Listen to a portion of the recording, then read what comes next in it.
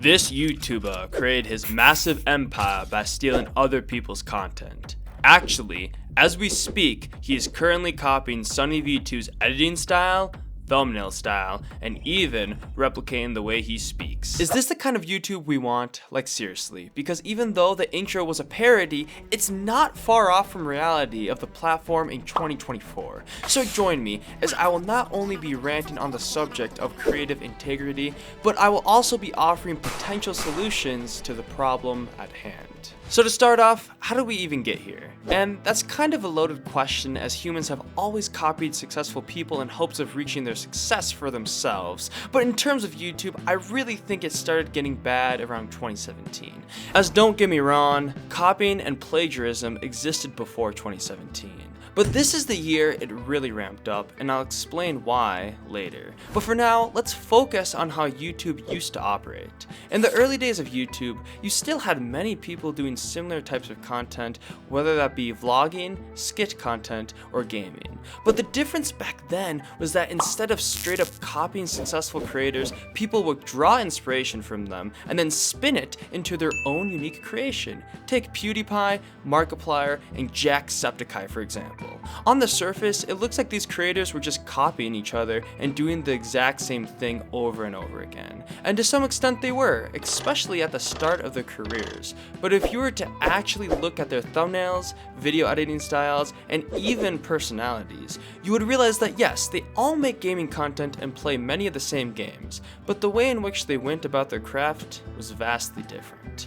This is how most genres on YouTube used to work, and the competitive nature of it pushed creators to better their content out of fear of being outdone by their competition. But this landscape would only last so long, and starting in 2017, two creators started forming a monopoly over the platform, which would transcend genres and affect every corner of YouTube.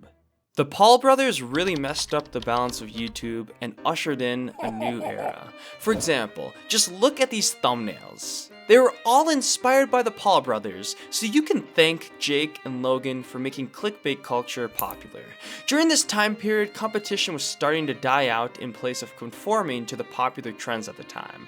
But it's not like competition was dead or anything, it was just not as prevalent. Unfortunately for the viewer experience though, this trend of conformity would spiral out of control in the years following 2017, and the Mr. Beast formula of YouTube would come to dominate, not just his genre, but literally every type of genre you can think of. I mean, how many videos do you guys watch regardless of genre contain hyperfast editing, super bright thumbnails, and AI upscaled faces? It's probably most of them, to be honest, and the reason why is that these creators know if they conform to Mr. Beast's style, then the algorithm will reward them.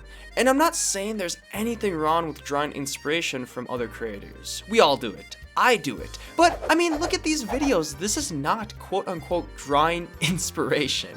This is stealing. And it's very possible to do a Mr. Beast-like video and still have your own style. Just look no further than Ryan Trahan. So I think what we really need is competition to force creators on the platform to step up their game and regain their creativity. And that seems like an impossible task, as Mr. Beast is just so dominant, right? But I think with the right person, it is possible, as we have to remember that... I mean, if you design stuff based on the algorithm, you're essentially designing things based on the past. I love that. That's correct. You should design things so that the algorithm has to relearn. Yes, it might feel daunting to go against the algorithm, but the algorithm is only a window into the past, and with the right content, we can change how the algorithm operates in the present. But if we as the viewer want to speed up this process, here are some things that we can do right now to incentivize creativity on the platform.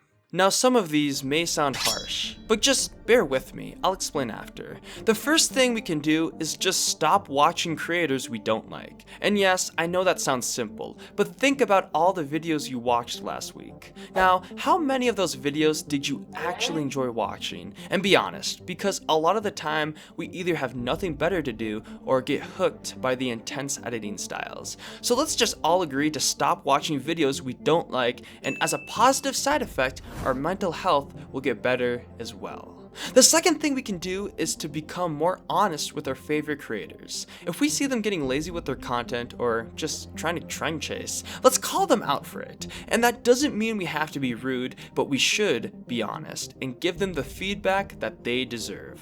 That also includes me as well, so if you guys think I'm lacking in my content or just want to throw out some ideas of what you guys would want to see for my channel, don't be shy to comment your concerns, as it will not only benefit me, but will also benefit all of us. The last thing we can do is to just make an active effort to explore new creators and different genres on YouTube, as I think if we all make a collective effort to do so, then we will find talented, underrated creators just waiting to be watched. If we do this, then the algorithm will see a shift in preference for the viewer and in turn start promoting these new creators throughout the YouTube homepage. Now, if we did all three of these things, then I think we would start to see more creativity on the platform. And I know some of what I said may sound harsh, but if we want a better, more creative YouTube, then those are sacrifices we will have to be willing to make.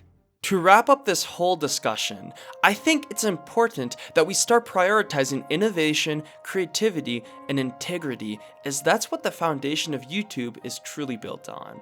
It's no coincidence that in the early days of YouTube, it would literally feel like we were hanging out with our favorite creators, and that's because the whole idea for the platform was to do exactly that. And I get it, YouTube is much more commercialized than it was back in like 2011 or whatnot, but that doesn't mean we can't experience the same creativity and personal connection like we did all those years ago. I mean, just look at the creators I'm putting on the screen right now. I still feel like I'm hanging out with them whenever I watch their content even to this day. So it's definitely possible. It will just take some drastic changes and patience to happen. So yes, I could become another SunnyV2 clone and get more views than I'm getting right now, but I'm never gonna do so, as I believe that would be a disservice to my creative potential along with my integrity. And I truly believe that if I continue down my own path, even if it takes a long time, I will eventually find my footing on this platform. And the people that watch me, I think they're gonna respect me a lot more for sticking with my own thing. Of course, this is easier said than done, so I just want to take this time to thank everyone in the comments section who are supporting me and just believing in me, as that's what motivates me and keeps me chugging along on this YouTube journey. So thank you guys.